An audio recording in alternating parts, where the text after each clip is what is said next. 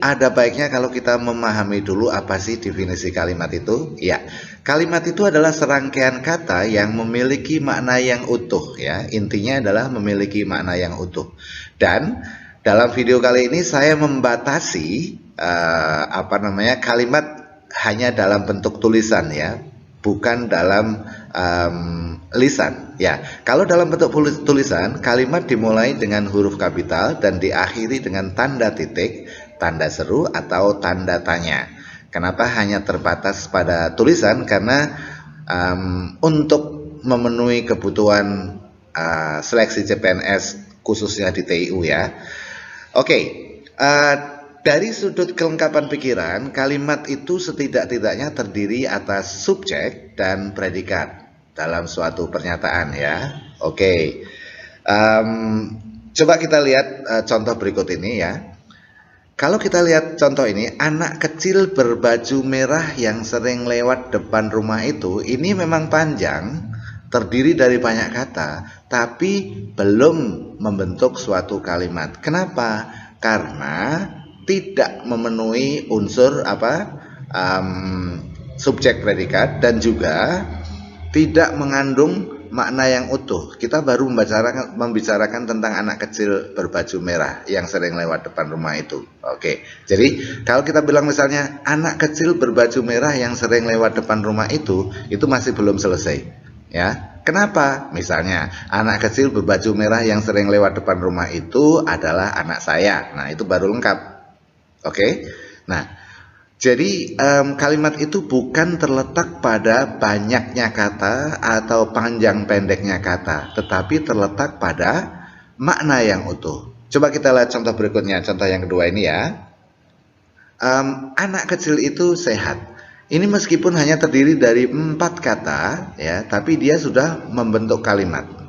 Anak kecil itu adalah subjek, sehat adalah predikat. Nah, inilah yang dimaksud dengan kalimat. Ada titik dan dimulai dengan huruf besar. Kalau yang pertama ini, contoh ini belum merupakan kalimat. Jelas ya rekan-rekan? Oke, untuk lebih jelasnya mari kita bahas berikutnya ya, unsur kalimat. Unsur kalimat itu apa? Unsur kalimat adalah fungsi sintaksis yang biasa disebut juga jabatan kata atau peran kata di dalam kalimat. Nah, menurut perannya atau jabatan katanya, unsur kalimat itu terdiri dari 1 subjek ya, kemudian 2 predikat, 3 objek, 4 pelengkap, dan yang kelima adalah keterangan. Keterangan ini macam-macam banyak ya. Ada keterangan waktu, ada keterangan tempat, ada keterangan tujuan, ada keterangan alat. Ya, masing-masing menggunakan ada cirinya sendiri-sendiri ya. Oke. Nah, untuk lebih jelasnya, mari kita lihat apa sih yang dimaksud dengan subjek itu ya. Subjek itu adalah bagian kalimat yang menjadi pokok pembahasan kalimat. Oke, jadi subjek itu adalah bagian kalimat yang menjadi pokok pembahasan kalimat. Nah, subjek biasanya merujuk pada seseorang, sesuatu itu bisa sesuatu kegiatan atau suatu keadaan. Begitu ya rekan-rekan. Mari kita lihat contoh berikut ini ya. Ya, misalnya ini ada kalimat gadis kecil itu sedang tidur. Nah, subjeknya adalah gadis kecil itu. Sementara sedang tidur itu adalah predikat. Oke. Nah, subjek itu bisa terbentuk dari kata benda. Oke, atau frase nomina. Kalau frase nomina itu adalah kelompok kata yang kata utamanya adalah kata benda. Seperti ini, gadis kecil itu. Ini terdiri dari 3 kata, ya makanya dia disebut frase dan membentuk satu unsur kalimat yaitu subjek. Ya, oke. Nah, kalimat itu atau subjek dalam kalimat itu bisa diisi oleh bermacam-macam. Tadi ada apa?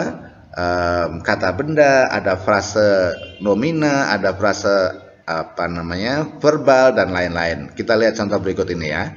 Kalau ini angin bertiup kencang, subjeknya ya terbuat dari kata benda.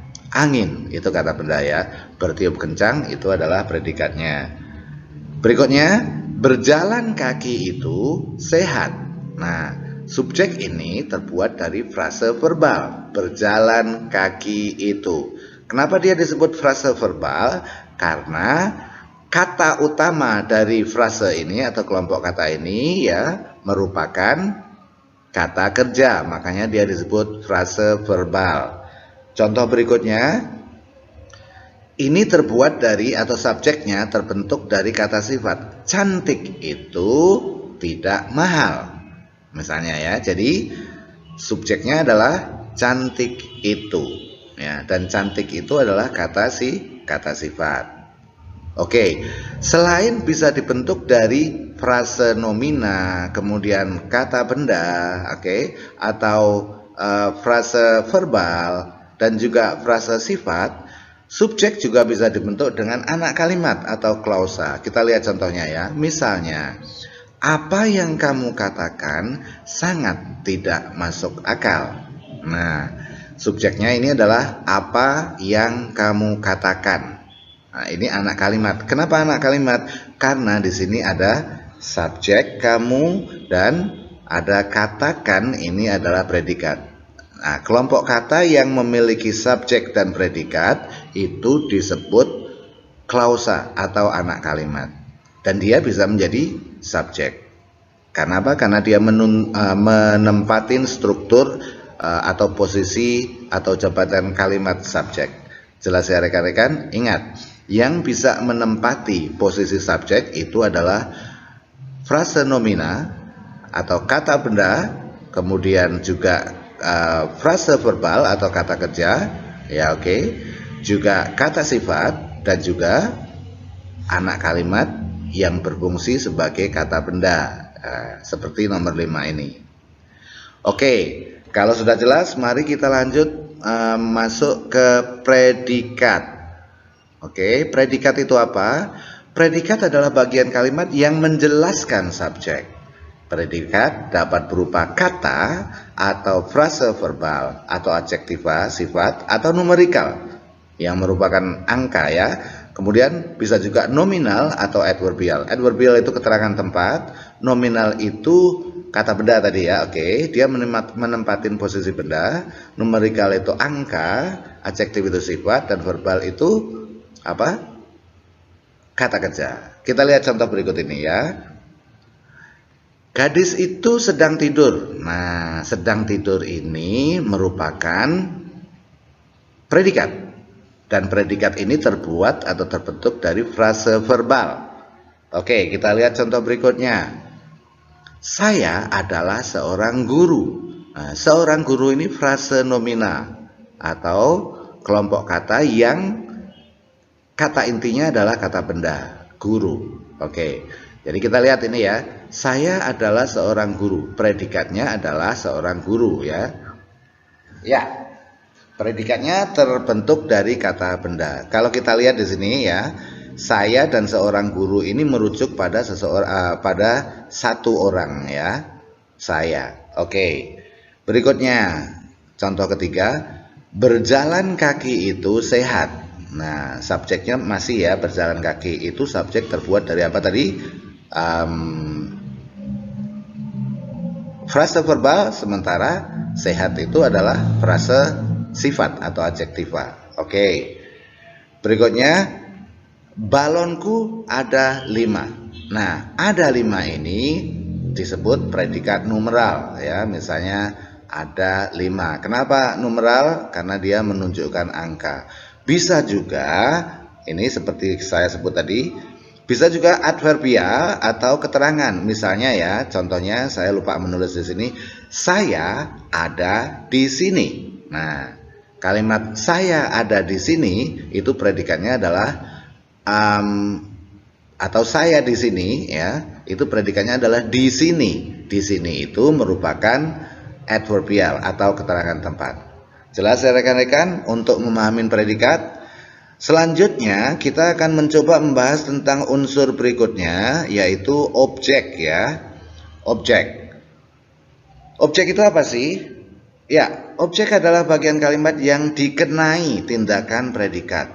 Oke, objek biasanya ya, objek itu atau salah satu ciri objek itu dapat menjadi subjek pada kalimat pasif. Atau jika kalimat itu dibuat kalimat pasif, dia bisa menempatin posisi subjek. Itu namanya objek. Kita lihat contoh berikut ini. Gadis kecil itu sedang minum susu. Objeknya adalah susu, ya. Kata benda, susu. Gadis kecil itu sedang minum susu. Jadi susu ini adalah objek. Untuk menentukan atau untuk membuktikan bahwasanya kata benda susu ini objek, itu bisa kita buat menjadi kalimat pasif. Ya, kalau kita pasifkan kalimat ini menjadi susu sedang diminum oleh gadis kecil itu. Nah, berarti susu ini adalah objek. Kenapa? Karena dia bisa diubah menjadi subjek di dalam kalimat pasif. Gitu ya rekan-rekan.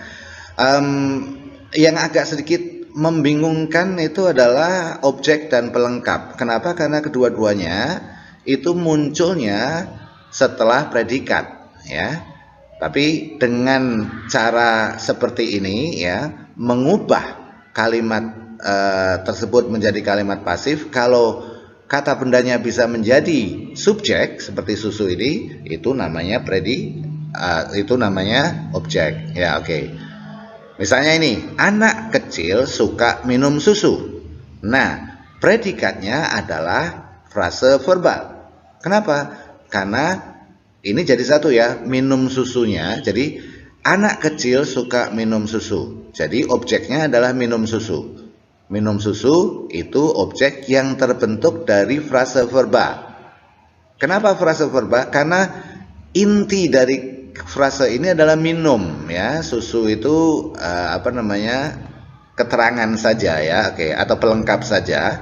Nah, kalau diubah menjadi kalimat pasif, ya, menjadi minum susu disukai anak kecil, gitu ya. Berarti ini adalah objeknya adalah minum susu. Karena kalau kita ubah menjadi kalimat pasif menjadi minum susu disukai anak kecil.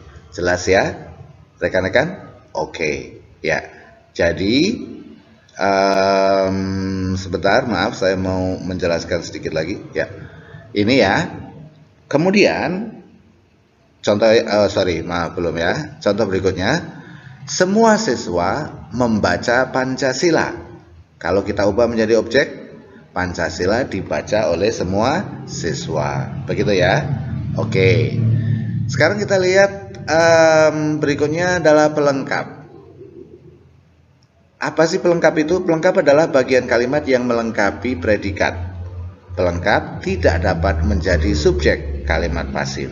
Jadi bedanya antara objek dan pelengkap itu adalah kalau objek dia bisa dibuat menjadi subjek untuk kalimat pasif, atau ketika diubah kalimat menjadi kalimat pasif itu objeknya bisa menjadi subjek. Kalau pelengkap tidak. Contoh misalnya begini ya. Oke. Ini ada setiap siswa harus membaca Pancasila. Kalau kita ubah tadi apa? Pancasila harus dibaca oleh setiap siswa. Nah, sementara contoh kedua, setiap orsospol harus berlandaskan Pancasila. Ini kelihatannya hampir sama, tapi berbeda ya. Kita lihat, ini subjeknya adalah setiap siswa. Kemudian predikatnya adalah harus membaca. Oke. Sementara yang kedua, setiap orsospol itu subjek, harus berlandaskan itu predikat. Nah, kalau Pancasila di atas ini adalah objek karena dia bisa diubah menjadi subjek di dalam kalimat pasif. Coba kita ubah kalimat setiap siswa harus membaca Pancasila menjadi kalimat pasif. Akan menjadi Pancasila harus dibaca oleh setiap siswa. Nah, sementara kalau yang kedua ini, Pancasilanya bukan objek, tapi dia pelengkap. Karena kalau Anda ubah menjadi kalimat pasif, nggak bisa. Pancasila harus dilandaskan oleh setiap orsospol, nggak bisa. Artinya berbeda, nggak ada kalimat itu tidak benar. Jadi Pancasila di kalimat kedua adalah pelengkap dan Pancasila di kalimat pertama adalah objek. Sama-sama kata benda ya. Biasanya kalau pelengkap itu bisa terbentuk dari kata lain. Kalau objek enggak ya. Oke, kita lihat contoh berikutnya. Sandra berotak cerdas. Nah, Sandra itu subjek, berotak itu artinya memiliki otak, artinya predikat, dan cerdas itu adalah pelengkap. Pelengkap yang terbuat dari kata sifat. Apa sih yang cerdas? Otaknya. Nah, gitu ya. Oke. Berikutnya adalah keterangan. Kalau keterangan itu bisa di mana-mana ya. Contohnya nanti kita lihat di kalimat berikutnya. Oke, sekarang kita masuk ke pola kalimat dasar ya. Pola kalimat dasar yang pertama itu adalah subjek dan predikat. Contoh, Andi sedang belajar. Jadi predikatnya adalah sedang belajar. Kemudian yang kedua, perjalanan hidup setiap orang tidak sama. Subjeknya adalah perjalanan hidup setiap orang. Predikatnya tidak sama. Kemudian remaja yang berseragam putih abu-abu itu pelajar SMA. Ya, di sini saya ingin menunjukkan kepada sobat GP semuanya, kalau subjek itu bisa menjadi panjang. Nah, oke, tergantung pada maknanya. Jelas ya rekan-rekan? Oke, jadi ini yang merah adalah subjek, yang biru adalah predikat. Berikutnya subjek, predikat, objek. Misalnya, ibu saya memasak nasi. Bisa nggak diubah? Nasi dimasak oleh ibu saya. Oh, berarti ini objek nasinya ya. Yang menjadi objek ini hijau ya. Apa yang kamu katakan, itu subjek. Predikatnya telah menyakitkan. Oke, hati saya objek. Telah menyakitkan tadi predikat. Objeknya hijau. Bisa nggak diubah menjadi kalimat pasif? Bisa. Hati saya telah tersakiti oleh apa yang kamu katakan. Nah, makanya yang hijau ini objek karena dia bisa diubah menjadi kalimat pasif. Kalau kalimat berikutnya atau pola kalimat berikutnya adalah subjek, predikat, dan pelengkap. Ya, kalau pelengkap itu tidak bisa dibuat menjadi objek. Misalnya nasi telah menjadi bubur. Nasi itu adalah subjek, telah menjadi itu adalah predikat, bubur itu adalah pelengkap. Karena bubur dan nasi ini merujuk pada sesuatu yang sama ya. Oke, sesuatu yang sama, merujuk pada sesuatu yang sama. Oke. Buktikan, bisa nggak dibuat kalimat pasif? Bubur telah dijadikan oleh nasi, nggak masuk, ya kan? Oke, bubur telah dijadikan oleh nasi, nggak masuk, bukan kalimat itu, nggak benar. Oke, itu makanya bubur ini bukan objek tapi pelengkap. Apa yang telah kamu katakan berdampak luas? Oke, sorry, bubur ini tadi kata benda ya, kata benda. Kalau luas ini kata sifat. Apa yang telah kamu katakan itu subjek, berdampak itu predikat, luas itu pelengkap, melengkapi kata berdampak, begitu ya. Nggak bisa dibuat kalimat pasif. Nah, oke.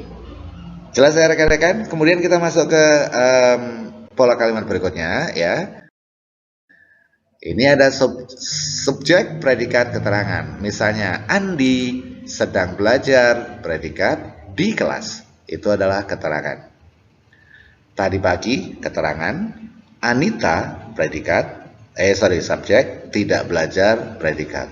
Nah, kalau keterangan ini tempatnya bebas. Boleh di depan, boleh di belakang. Tapi yang harus rekan-rekan ingat, kalau di depan, dia harus dituliskan dengan koma. Ya, oke. Ya, pola kalimat berikutnya, subjek, predikat, objek, pelengkap. Contoh, ibu membuatkan ayah secangkir kopi. Ibu itu adalah subjek, predikatnya membuatkan, ayah itu objek, pelengkapnya secangkir kopi. Gitu ya. Ya. Sedikit berbeda kalau di dalam grammar bahasa Inggris. Ayah di sini sebetulnya nggak disebut objek, disebut objek tapi dia indirect object atau objek tak langsung. Ya. Sementara, oke lah, nggak usah saya lanjutkan ya. Berbeda sedikit, terutama dalam pola ini antara bahasa Inggris dengan bahasa Indonesia, cara membacanya berbeda ya. Oke. Ya, berikutnya, apa yang kamu katakan itu adalah subjek, menyakitkan itu adalah predikat, hati saya itu adalah objek, selamanya itu adalah pelengkap. Jelas ya rekan-rekan? Jadi pelengkapnya adalah di sini, pelengkapnya adalah selamanya. Oke, objeknya adalah hati saya. Oke. Jelas ya? Berikutnya, ini pola berikutnya adalah subjek, predikat, objek, dan keterangan. Contoh misalnya, gadis kecil itu, ya subjek, minum objek, predikat, susu objek, setiap hari keterangan. Oke, kalau dibuat pasif, susu diminum oleh gadis kecil itu setiap hari. Jadi yang ingin saya tekankan kepada sobat GP semuanya adalah untuk menentukan apakah suatu kata atau frase itu objek atau pelengkap, kalian bisa menaruhnya di dalam kalimat pasif atau ubah kalimat tersebut menjadi kalimat pasif. Kalau dia bisa menjadi subjek dari kalimat pasif, berarti dia objek. Kalau nggak bisa, dia barangkali pelengkap gitu ya. Oke, atau yang pasti bukan objek. Oke, contoh berikutnya, apa yang kamu katakan itu subjek, telah merusak itu predikat, hubungan itu adalah objek, siswa di kelas itu adalah hubungan siswa itu adalah objek, di kelas itu adalah keterangan.